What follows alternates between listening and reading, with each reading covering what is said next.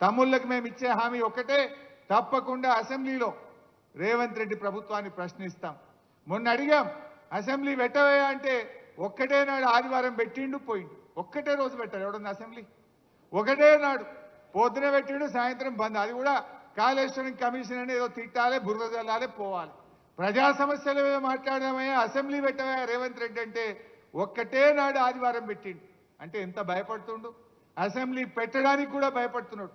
తప్పకుండా కాంగ్రెస్ మీద ఒత్తిడి పెంచుతాం.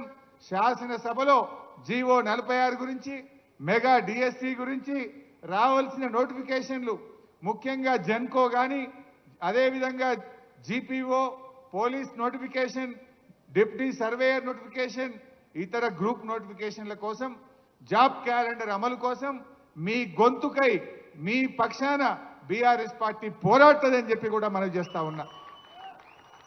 ఒకవేళ దిగి రాకపోతే ఇవాళ ఇది ప్రారంభం మాత్రమే. అన్ని జిల్లాల్లో కూడా ఈరోజు మనం ఏదైతే నిరుద్యోగ బాకీ కార్డును మనం విడుదల చేశామో, ఈ నిరుద్యోగ బాకీ కార్డును రాష్ట్రంలో అన్ని జిల్లా కేంద్రాల్లో కూడా పెట్టి యువతను ఏకం చేద్దాం, ప్రభుత్వం మీద ఒత్తిడి పెంచుదాం.